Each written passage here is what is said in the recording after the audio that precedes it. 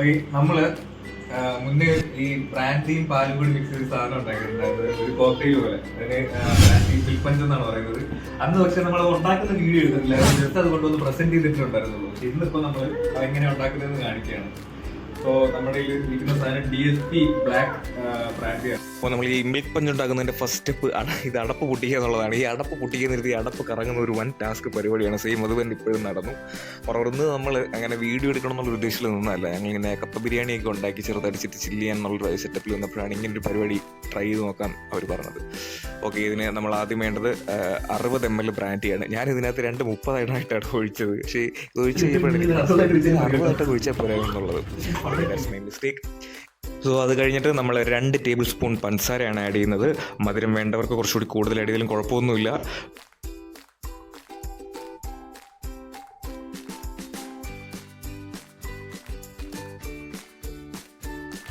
So പഞ്ചസാര add ചെയ്തതിന് ശേഷം പിന്നീട് നമ്മൾ വാനില എക്സ്ട്രാക്റ്റ് ആണ് ആഡ് ചെയ്യുന്നത്. വാനില എക്സ്ട്രാക്റ്റ് ആണെന്നുണ്ടെങ്കിൽ ഒരു 2 ഡ്രോപ്പ് ഒഴിച്ചാൽ മതിയാവും. ഇത് നമ്മളിരിക്കുന്ന വാനില ഫ്ലേവർ ഒരു ഹാപ്പിയുടെ ഒരു പ്രോഡക്റ്റാണ്. സോ നമ്മളൊരു 1/4 ടീസ്പൂണാണ് ഇതിലേക്ക് ഒഴിക്കുന്നത്. സോ ഇത് മിക്സ് ചെയ്തതിന് ശേഷം നമ്മൾ എടുക്കുന്നത് 250 ml പാലാണ്. 250 ml പാൽ മിൽക്കാണ് എടുക്കുന്നത്. നമ്മുടെ മിൽമയുടെ നോർമൽ പാൽ തന്നെയാണ്. ഇത് മിക്സ് ചെയ്തിട്ടാണ് നമ്മൾ ബ്ലെൻഡ് ചെയ്യാനായിട്ട് വെക്കുന്നത്. ഓക്കെ, ഇവിടെ ഈ വീഡിയോ ഇങ്ങനെ ചെയ്തുകൊണ്ടിരിക്കുന്നതിനിടയ്ക്ക് ഇവിടെ ഈ പിള്ളേർ കിടന്ന് വൻ ബഹളം, അതായത് നമുക്കൊന്നും കേൾക്കാൻ വയ്യാത്ത രീതിയിൽ ബഹളം. അതുകൊണ്ടാണ് പിന്നീട് നമുക്കത് വോയിസ് ഓവർ ചെയ്യാൻ എന്ന് നമ്മൾ തീരുമാനിക്കുന്നത്. അങ്ങനെ പാൽ പകർന്നു കൊടുത്ത് നമ്മൾ നേരെ മിക്സിയിലേക്ക് വെച്ചിരിക്കുകയാണ്. ഇത് നമുക്ക് വേണമെങ്കിൽ സ്പൂൺ കൊണ്ട് നമുക്ക് മറ്റേ അടിച്ച് കലക്കി എടുക്കുകയും ചെയ്യും, സർബത്തൊക്കെ ചെയ്യുന്ന പോലെ. പക്ഷേ എന്തുകൊണ്ട് മിക്സി ചെയ്യുന്നതെന്ന് വെച്ച് കഴിഞ്ഞാൽ ഇത് ബ്ലെൻഡ് ചെയ്തെടുക്കുമ്പോഴത്തേക്ക് കുറച്ചുകൂടി ടേസ്റ്റാണ്, കുറച്ചുകൂടി തിക്കായിട്ടിരിക്കും. അപ്പോൾ ഒരു ടേസ്റ്റിൽ ചെറിയ വ്യത്യാസം വരും. എനിക്ക് പേഴ്സണലി ഈ ബ്ലെൻഡ് ചെയ്തെടുത്താണ് കൂടുതൽ ഇഷ്ടപ്പെട്ടത്. പിന്നെന്ന് വെച്ച് കഴിഞ്ഞാൽ ലാസ്റ്റ് ടൈം ഉണ്ടാക്കിയപ്പോൾ ഇതിനെനിക്ക് ഒരു കരിക്ക് ഷേക്കിൻ്റെ ടേസ്റ്റാണ് ഫീൽ ചെയ്തത്. ഓൾമോസ്റ്റ് ഒരു കരിക്ക് ഷേക്ക് മൂഡായിരുന്നു ഈ സാധനം. ഇത്തവണ ഞാൻ കഴിക്കുന്നില്ല. ഞാൻ നേരെ 2 പേർക്ക് കൊടുത്തിട്ട് അവർക്ക് ഇത് ഇങ്ങനെ കുടിച്ചിട്ട് എന്ത് ടേസ്റ്റാണ് തോന്നുന്നതെന്ന് ചോദിക്കാൻ പോവുകയാണ്. അപ്പോൾ നമ്മുടെ കരിക്കിടാത്ത കരിക്കിൻ ഷേക്ക് ഇത് ഏകദേശം റെഡി ആയിട്ടുണ്ട്. ഇത് ഞാനിന്ന് കുടിക്കുന്നില്ല, ഞാനിന്ന് നമ്മുടെ 2 ചേട്ടന്മാർക്ക് കൊടുക്കാൻ പോവുകയാണ്.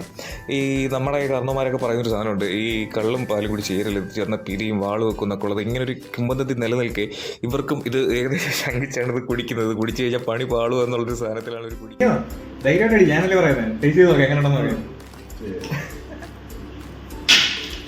നൈസായിട്ട് ടേസ്റ്റ് ചെയ്ത് നോക്കണേ, പടപടാന്ന് അടിക്കാതെ. എങ്ങനെയുണ്ട്? ഇല്ലേ, അങ്ങനെ വേണ്ടേ അടിച്ചിട്ട് സാധനം അവർക്ക് ഇഷ്ടപ്പെട്ടിട്ടുണ്ട്. ഞാൻ കൊടുക്കുമ്പോഴും ചെറുതായിട്ടൊന്ന് ശങ്കിച്ചാണ് കൊടുത്തത്, ഇഷ്ടപ്പെട്ടില്ലെങ്കിലോ എന്നുള്ളത്. പക്ഷേ പ്രശ്നമൊന്നുമില്ല, അവർക്കും ഇത് കഴിച്ചിട്ട് ഏകദേശം കരിക്ക് ഷേക്കിൻ്റെ ടേസ്റ്റ് തന്നെയാണെന്നാണ് അവരും പറയുന്നത്. ഈ പുള്ളി ഇങ്ങനെ സംസാരിക്കുന്ന വീഡിയോ ഞാൻ എടുക്കുന്നുണ്ടായിരുന്നു, എന്താണ് റിയാക്ഷൻ എന്നുള്ളത്. പക്ഷേ അവിടെയും നമുക്ക് ഈ നോയ്സ് പോലെ ഓടി ഒട്ടും ക്ലിയർ അല്ലായിരുന്നു. അതുകൊണ്ടാണ് ഞാൻ വീണ്ടും പറയുന്നത്, സാധനം എന്തായാലും വർക്കൗട്ട് സക്സസ്. Thank you.